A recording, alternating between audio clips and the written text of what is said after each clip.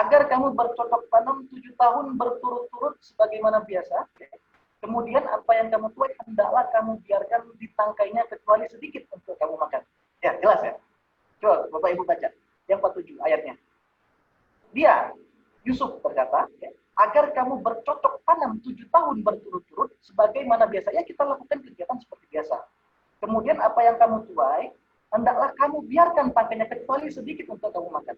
Jadi kita bekerja tetap seperti biasa, tapi makannya kita iritin. Makannya kita iritin. Ini adalah mukjizat Nabi Yusuf dalam rangka mentafsirkan mimpi. Ini adalah mukjizat yang diberikan Allah kepada Nabi Yusuf. Dan ini diabadikan di dalam Al-Quran, Bapak Ibu. Ya. Nah, di ayat ke-48-nya, ya, kemudian setelah itu akan datang 7 tahun yang sangat sulit. Ya, yang menghabiskan apa yang kamu simpan. Lihat, ini silakan Bapak Ibu lihat, menghabiskan apa yang kamu simpan untuk menghadapi tahun sulit tersebut. Kecuali sedikit dari apa bibit gandum yang kamu simpan. Berarti Masya Allah. Ya. Nah, seorang Nabi pun sudah merencanakan itu. Ya, sudah perencanaan. Ini apakah Nabi yang lain tidak mencoba? Semua Nabi mencoba. Tapi ini yang bagus sekali karena Nabi Yusuf itu dianugerahi mukjizat mentafsirkan mimpi. Kalau kita, kan Bapak Ibu ya, kita nggak bisa mentafsirkan mimpi. Ya. Tapi kita sudah mempunyai itu. Itu sudah diabadikan di dalam Al-Quran. Ya. Nah, lihat. Seperti yang saya katakan tadi, di paradigma awal, insya Allah nanti kalau kita memelihara keyakinan dan harapan, nanti ada cahaya. Kalau kita naik kereta api itu, kita naik termasuk terowongan, di akhirnya ada cahaya. Dan ini dibuktikan oleh Allah di surat Yusuf ayat ke-49-nya. Ya, summa ya'ti min ba'di dzalika 'amun fihi yughathu nasu fa bihi ya'shirun. Setelah itu akan datang tahun di mana manusia diberi hujan dengan cukup dan pada masa itu mereka memeras anggur. Masya Allah. Pada saat di ayat ke-48 itu terjadi pacaklik, Bapak Ibu. Itu seperti kita, pandemi sekarang. Tapi nanti Allah turunkan rahmatnya supaya kita itu bersyukur ya, supaya kita husnuzon terus kepada Allah dan kita husnuzon terus untuk menjalani hidup. Spirit pantang menyerah. Masya Allah, dari ayat 47 dan 49 sudah bisa kita lihat bahwa nanti masalah ini di akhirnya pasti insya Allah happy ending lah kalau bahasa anak milenial sekarang. Ya, berdasarkan ayat tersebut kita ketahui bahwa tujuan jelas dan terbatas yaitu perencanaan persiapan dalam menghadapi masa-masa kelaparan dengan menggunakan segala kemungkinan dengan sebaik-baiknya, yaitu menyimpan hasil panen yang menimpa selama 7 tahun untuk panen 7 tahun berikutnya. Jelas ya. Ini Bapak Ibu bisa baca sendiri. Insya Allah nanti materi yang saya berikan, tapi ini contoh yang terbaik. Bahwa perencanaan itu sangat penting dan diabadikan dalam Al-Quran, dan ini terbukti. Namun pertanyaan Pak, apakah perencanaan itu menjadi wajib? Ya, perencanaan itu balik lagi ya, itu dianjurkan mustahab ya. Mustahab sekali. Kalau jadi wajib, kalau tidak dilaksanakan menjadi haram. Next ya. Ini Al-Hasyr juga ya. Ya ayyuhalladzina amanu taqullaha wal tanzur nafsum ma qaddamat lighad wattaqullaha innallaha khabirun bima ta'malun. Dan di ayat ini bisa Bapak Ibu ya, Allah bertakwalah ya. Ya ayyuhalladzina amanu taqullaha wal tanzur nafsum ma qaddamat lighad. Bertakwalah untuk memperhatikan apa yang diperbuatnya untuk hari esok. Jadi kita ini insya Allah ya diperintahkan Allah tuh untuk memikirkan hari esok. Ya, hari esoknya apa? Tidak hanya dunia namun akhirat, Bapak Ibu. Karena tujuan hidup kita ini mati, Bapak Ibu. Mati. Nah, apakah dunia itu dibawa kepada akhirat? Dibawa tergantung amalnya. Ya. Kalau tidak punya amal di dunia ya tidak bisa dibawa ke akhirat.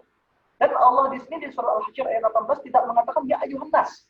Tapi ya ayyuhalladzina amanu, hai orang-orang yang beriman, bukan ya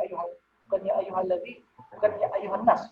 Nah, baiklah kita ke syariah financial planner. Bagaimana dengan contoh Islamnya? Bagaimana dengan contoh Islamnya Bapak Ibu sekalian? Dia tidak jauh berbeda sebenarnya ya.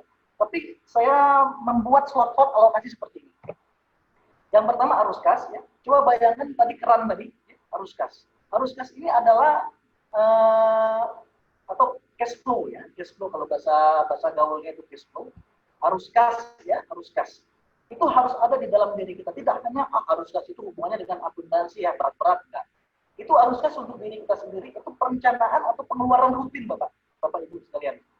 Ya, pendapatan atau pengeluaran rutin yang harus dilakukan terus. Ya. Contohnya apa? Contohnya belanja ya.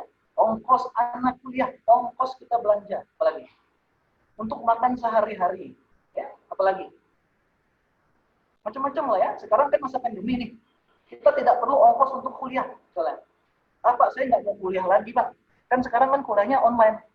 Tiba-tiba mengeluh, wah, kuota mahal. Saya balikan pertanyaannya. Kuota mahal, tapi ongkos kuliah untuk makan gimana? Oh tidak, ya sudah tinggal dialokasikan saja. Bisa kan seperti itu. Nah, terus tujuan keuangan, itu tujuan keuangan untuk goals-nya, ya, itu harus ada, kembali lagi kita bahas tadi, tujuannya harus jelas, atau goals-nya harus jelas. Terus yang ketiga, prioritas. Nah, ini prioritas itu penting sekali. Kita jangan tidak seperti yang head of program kita katakan, ya, kita ini jangan seolah-olah memikirkan keinginan saja. Tapi belilah sesuai kebutuhan, jangan berlebihan. Karena kalau kita keinginan kita laksanakan, tapi kebutuhan kita sebenarnya sudah cukup, nah itu bisa dari lubang tutup lubang. Itu penting. Gunakan prioritas, buat skala prioritas dalam hidup, terutama dalam perencanaan keuangan, terutama untuk perencanaan keuangan syariah. Baiklah. Bagaimana perencanaan harus gas, ya? Pastinya berdasarkan pada prinsip syariah. Jangan keuangan kita gunakan untuk judi, ya, untuk apa, gambling, ya, segala macam. Sekarang kan musim online, judi online, ya. Pokoknya berdasarkan pada prinsip syariah. Macam-macam, ya, ada pokoknya syariah lah, ya, insya Allah. Kita husnuzon lah dengan ulama-ulama kita, insya Allah kita jalanin saja. Kita cuma mukolit saja Bapak Ibu, ya. Kita hanya ngikut saja. Ya, mudah-mudahan berkah lah hidup kita berdasarkan prinsip syariah. Terus kenapa prinsip syariah? Karena kita ini bukan capital, ya. Capital atau kalau bahasa ekonominya itu kapitalis. Kapitalis itu hanya mendewakan dunia. Kapital itu apa? Modal, ya. Pokoknya duit, pokoknya di mana ada duit disitulah kesenangan. Di mana ada duit disitulah gua jadi raja. Saya jadi raja, aku jadi raja. Aku sukses karena banyak duit. Salah, ya. Itu bukan prinsip syariah, Bapak. Itu konsep kapitalis yang sifatnya hedonisme, ya, hura-hura, ya. Sedangkan kita ini apa? Kita ini nggak lain, nggak bukan adalah mati, ya, bukan kita. Akhirat, ya. Dunia sementara, akhirat selamanya. Itu kayak lagunya grup band Wali, kira-kira seperti itu. Ya. Rabbana atina fid dunya hasanah wa fil akhirati hasanah wa qina adzabannar. Ya. Dunia ini sementara, akhirat. Dunia bisa nggak dibawa mati? Bisa. Seandainya harta kita dibelanjakan di jalan Allah, insya Allah. Membangun pendidikan, ya, ilmu yang bermanfaat, ya, kira-kira seperti itu. Anak yang soleh mendoakan. Nah, insya Allah akhirat kita sukses lah. Harta kita kaya, tapi harta kita bermanfaat, ya. Seperti sahabat-sahabat Nabi ada Abdurrahman bin Auf, ya, Utsman bin Affan, terus Bunda Siti Khadijah dan segala macam. Insya Allah, ya. Tujuan kita ini bukan hanya dunia, Bapak Ibu, ya. Mati tujuan kita ini. Ya. Next. Nah, ini diibaratkan dengan cash flow, ya. Cash flow itu ibaratnya cash on hand. Cash on hand itu duit di tangan yang rutin kita dapatkan, ya, dan rutin juga kita keluarkan. Ini saya ilustrasikan seperti keran, dan kita mengambil dari keran itu. Ya. Nah, tujuan keuangan itu financial goals tadi, ya. Seandainya kita belum menikah, ya, yang utamanya apa?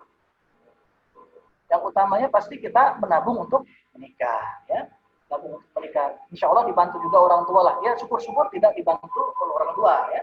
Terus ada financial independence, maksudnya liburan, ya. Bisa jadi membeli rumah, ya, pendidikan anak.